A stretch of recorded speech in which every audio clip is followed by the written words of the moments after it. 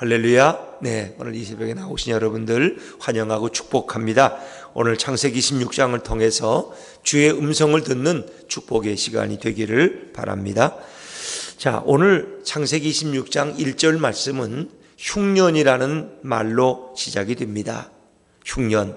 자, 우리 26장 1절을 한 번 더 읽어볼까요? 26장 1절입니다. 시작. 아브라함 때에 첫 흉년이 들었더니 그 땅에 또 흉년이 들매 이삭이 그랄로 가서 블레셋 왕 아비멜렉에게 이르렀더니 아멘 그랬습니다.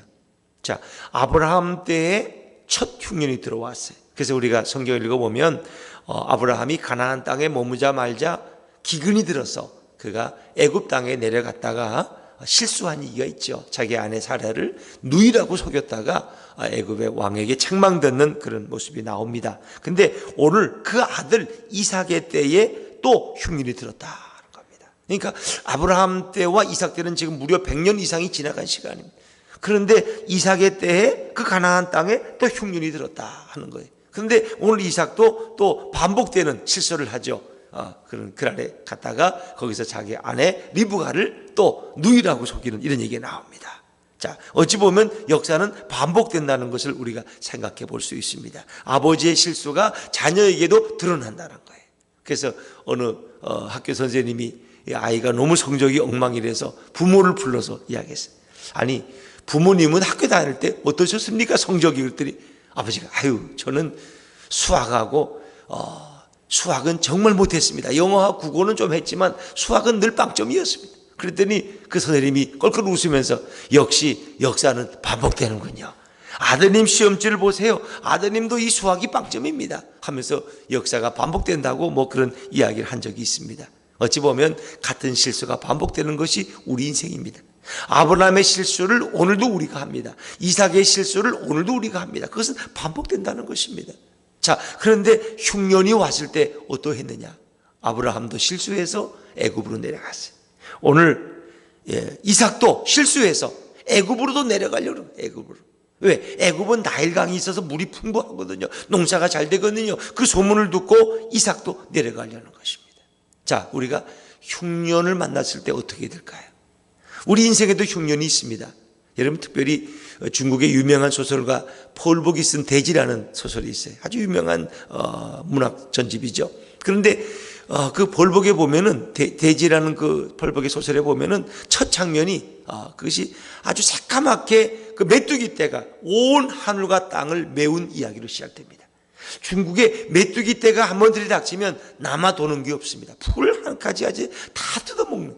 그러면 사람들은 먹을 게 없어서 이주를 하고 고통을 당하는 것입니다. 이런 양식이 없어 당하는 기근과 흉년. 또 오늘 요즘 우리 시대에 보면은 경제적으로 어려움 당하지 않습니까? 이 부영 우리 상가도 봐도 그렇고 또 동탄에 있는 많은 상가들 봐도 이렇게 빈집이 너무 많아요. 빈집이. 물론 값이 비싸니까 못 들어오지만 그만큼 경제가 어렵다는 거예요. 서울에 가도 너무 빈 상가가 많다. 어떻게 보면 인생의 기근을 인생의 흉년을 당한 거예요. 그것이 영적인 흉년이든 육적인 흉년이든 우리 인생에는 흉년이 왔다는 거예요. 또 가족에게 누가 아프다. 남편이 어떤 병 중에 있다. 자녀가 또 어떤 어려운 일로 이렇게 고생하고 있다. 그것이 우리 인생의 흉년이라는 거예요. 이 흉년을 당했을 때 우리는 어떻게 될 것이냐. 오늘 아브라함도 이삭도 마찬가지. 오늘 이삭도 흉년을 당해서 어떻게 합니까? 그가 이제 애굽으로 내려가려고 그가 짐을 챙겨가지고 수많은 식솔들을 이끌고 이제 이사를 가기 시작한 거예요. 이사를. 자, 그런데 하나님께서는 이삭이 애굽에 내려가는 걸 원치 않습니다. 왜? 애굽은 우상 숭배의 땅이니까. 애굽은 하나님이 없는 땅. 애굽은 죄와 어둠의 땅이에요. 거기 가는 걸 원치 않았어요. 그래서 하나님께서 어느 날 밤 이삭에게 말씀하시는 거예요. 자, 우리 오늘 2절 말씀을 다시 한번 읽어볼까요? 2절입니다. 시작.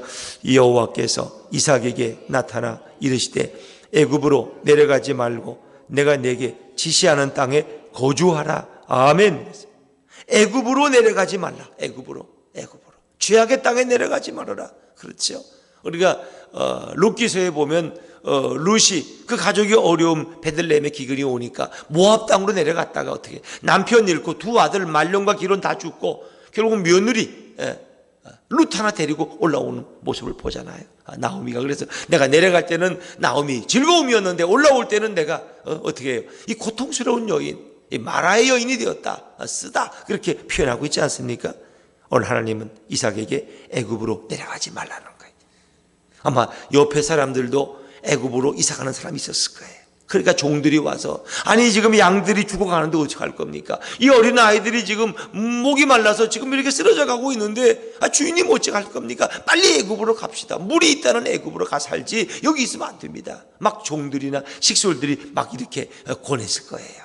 그런데 오늘 이삭도 그들의 말을 듣고 내려가는 중에 하나님께서 애굽으로 내려가지 말고 이곳에 거주하라. 원래 근본적인 의미는 가나안 땅, 하나님이 주신 땅에 머물라는 의미입니다. 그러나 지금 이삭은 그랄 땅에 와 있어요. 이 그랄은 블레셋의 수도지입니다. 이 블레셋 땅에 와 있는 거예요. 근데 여기 거주하라는 거예요. 자, 우리 같으면 어떡할까요? 지금 먹고 살기 위해서는 지금 물이 있는 곳에 가야 되고 양식이 있는 곳에 가야 되는데 하나님이 여기 머물라는 거예요. 떠나지 말라는 거예요. 어떡할 것이냐? 그러면서 하나님께서는 이삭에게 놀라운 축복을 주십니다. 자, 우리 3절 말씀을 읽어볼까요? 3절입니다. 시작. 이 땅에 거류하면 내가 너와 함께 있어 내게 복을 주고 내가 이 모든 땅을 너와 내 자손에게 주리라. 내가 내 아버지 아브라함에게 맹세한 것을 이루어. 그랬습니다. 3절에 보니까 이 땅에 거류하면, 너가 여기 머물면 내가 너와 함께 있을 것이다. 여러분, 우리가 얻을 수 있는 최고의 축복은 하나님이 우리와 동행하신다는 거예요. 예수님이 우리와 동행하신다는 거예요. 여러분, 그곳이 어떤 곳이면 어떻습니까? 예수님이 나와 동행하신다면, 하나님이 나와 동행하시고 복을 주신다는데 무슨 이유가 필요하겠습니까? 하나님께서는 이삭에게 놀라운 약속을 주십니다. 내 아버지 아브라함에게 약속한 것을 내가 이룰 것이다. 그래서 또 하나의 놀라운 약속을 반복하시죠. 4절 말씀 읽어볼까요? 4절입니다. 시작. 내 자손을 하늘의 별과 같이 번성하게 하며 이 모든 땅을 내 자손으로 말미암아 천하 만민이 복을 받으리라. 아멘. 창세기 15장에 아브라함이 받은 약속이 내 자손을 하늘의 별과 같이 번성케 할 것이다. 놀라운 약속 아닙니까? 그리고 내 자손으로 말미암아 천하 만민이 복을 받으리라. 다시 말하면 이삭의 후손들로 인해서 모든 열방의 민족이 복을 받는다. 근데 이 말씀은 참 중요한 말씀입니다. 이거는 여기서 말하는 내 자손은 누구냐? 이것은 바로 예수 그리스도를 가리키고 있다는 거예요. 이삭의 후손으로 오실 그 메시아 예수 그리스도를 통해서 천하 만민이 복을 받고 열방에게 구원의 길이 열리는 것입니다. 자, 이것을 사도 바울은 어떻게 표현하고 있을까요? 제가 갈라디아 3장 16절 말씀을 한번 읽어볼게요. 이 약속들은 아브라함과 그 자손에게 말씀하신 것인데 여럿을 가리켜 그 자손들이라 하지 아니하시고 오직 한 사람을 가리켜 내 자손이라 하셨으니 곧 그리스도라. 복수가 아니에요. 내 자손, 그것은 곧 예수 그리스도를 의미하는 거예요. 다시 말하면 하나님께서는 이삭의 후손 가운데 메시아 예수 그리스도가 오실 것을 말씀하는 거예요. 너가 여기 머물고 내 말에 순종하면 내 후손 가운데 올 그 자손 메시아 예수를 통해서 천하 만민이 복을 얻게 될 것이다. 참 놀라운 거죠. 자, 이런 약속의 말씀을 듣고 이삭은 어떻게 했을까? 이 중요하죠. 6절 말씀 읽어볼까요? 6절입니다. 6절 시작. 이삭이 그랄에 거주하였더니 아멘. 그랬습니다. 이삭이 그랄에 거주했어요. 이 그랄이라는 지역, 블레셋의 이 도시인 그랄은 가나안과 애굽의 한 중간쯤 있는 거예요. 짐을 싸가지고 애굽으로 가다가 잠시 그랄에 머물렀는데 하나님이 말씀하시니까 오도 가도 못하고 거기 머무는 거예요. 더 이상 애굽을 향해 가지 않았어요. 이제는 가나안으로 돌아올 일만 남아있는 거예요. 그런데 그가 그랄 땅에 꽤 오래 거주했어요. 왜? 가나안은 지금 기근이 너무 심하니까. 그런데 거기서 한 가지 사건을 경험하는 거예요. 자, 이삭의 마음속에 두려움이 생겼어요. 왜? 이 아내 리브가가 너무 아리따웠다. 근데 참 우리로서는 이해가 안 되지만은 이미 에서와 야곱을 낳은 그런 여인임에도 불구하고 아마 너무 얼굴이 예뻤어요. 그래서 혹시 이 부인이 너무 예쁘면 사람들이 자기를 죽이고 부인을 뺏을까 봐 겁이 나서 누이라고 소문을 냈어요. 자, 이것이 이삭의 참 부끄러운 실수죠. 우리 7절 말씀 다시 읽어볼까요? 7절입니다. 시작. 그곳 사람들이 그의 아내에 대하여 물으매 그가 말하기를 그는 내 누이라 하였으니 리브가는 보기에 아리따움으로 그곳 백성이 리브가로 말미암아 자기를 죽일까 하여 그는 내 아내라 하기를 두려워함이었더라. 아멘. 분명히 이삭의 인간적인 근심과 염려가 나타나지 않습니까? 아내 리브가로 말미암아 자기를 죽일까 하여 죽일까, 이런 두려움이 있는 거예요. 우리는 늘 그런 두려움 속에 살아요. 어떤, 내일은 양식이 떨어지지 않을까, 혹시 내일은 또 우리 사업이 또 망하지 않을까, 내일은 또 아이들에게 무슨 사고가 나지 않을까, 내일은 또 어려운 일이 찾아오지 않을까, 이런 염려와 인간적인 걱정이죠. 이거는 이삭에게도 있었다는 거예요. 여러분, 이삭에게도 아내로 인해 자기가 화를 당하지 않을까, 이래서 사실은 우리 믿음의 조상이 거짓말을 하는 부끄러움을 보게 되는 거예요. 우리도 그렇습니다. 여러분, 이삭에게도 하나님이 3절에 보니까 내가 너와 함께 있겠다 약속하지 않았습니까? 내가 너와 함께 있고 내가 너에게 복을 주겠다. 하나님이 함께 있는데 어찌 그런 일이 있을 수 있습니까? 우리도 마찬가지. 하나님 우리가 말씀하세요. 예수님 말씀하세요. 너가 무엇을 마실까, 무엇을 먹을까, 무엇을 입을까 염려하지 말라. 하나님의 나라와 그의 의를 구하면 이 모든 것을 내가 너에게 도와줄 것이다. 먹을 거 입을 거는 이방인들, 불신자들이 염려하는 것이 어찌 하나님이 그 자녀를 굶기시겠느냐. 그러면서 예수님 말씀하세요. 마태복음 6장에 보면 공중에 나는 새를 봐라. 누가 먹이지도 입히지 않아도 하나님이 다 다스리지 않느냐 말이에요. 들에 핀 백합화를 보라. 누가 옷을 입혀주지 않아도 하나님이 철을 따라 옷을 갈아입혀주지 않느냐. 이게 다 하나님의 약속이. 그런데 우리는 내일을 걱정해.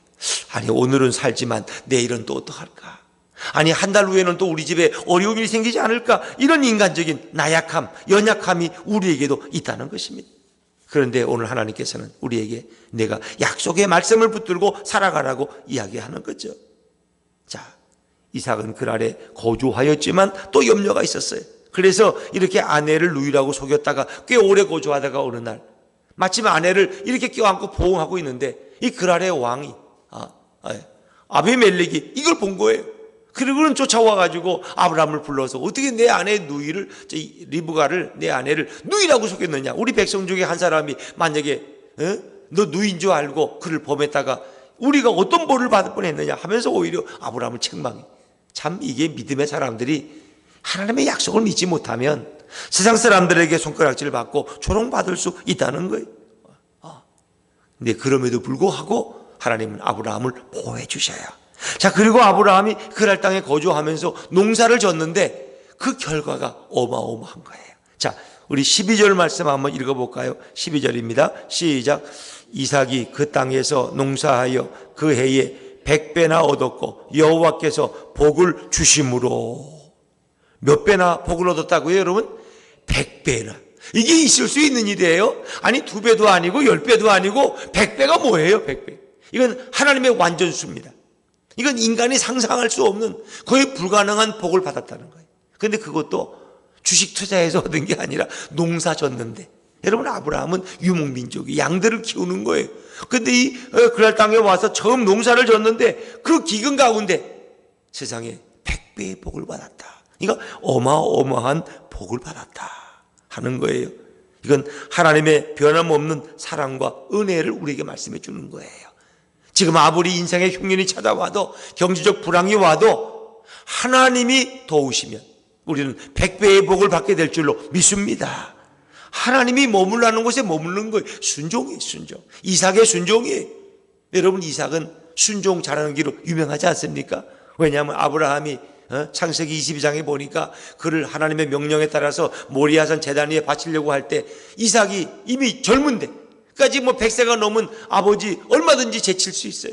그러나 아버지 말에 순종해서 그가 어떻습니까? 그가 제단에 눕지 않습니까? 아버지, 나를 제물로 바치세요. 그런데 이 이삭에 오는 그림자가 누굽니까? 바로 예수 그리스도예요. 예수님은 우리 인류를 위해서 스스로 자발적으로 능동적으로 십자가의 제단에 올라가시는 거예요. 이 모리아산 제단이 있던 곳이 바로 예루살렘 성전이 세워진 곳이에요. 이 놀라운 말씀을 우리에게 미리 예표해 주고 있는 것입니다. 이삭이 순종했더니 하나님이 그에게 100배의 복을 부었다. 그리고 여호와께서 복을 주심으로. 그렇죠. 복을 주시는 분은 누구십니까? 여호와 하나님이십니다. 하나님이 우리에게 복을 주시는 거예요. 하나님의 허락 없이는 우리 인생에 작은 복도 받을 수가 없는 거예요. 하나님의 축복, 하나님의 허락을 통해서 우리 인생에는 복이 오는 것이다. 세상이 주는 거 아닙니다. 하나님이 주시는 것입니다. 그것이 영적인 복이든 육적인 복이든 하나님이 허락하지 않으면 우리는 얻을 수 없는 거예요.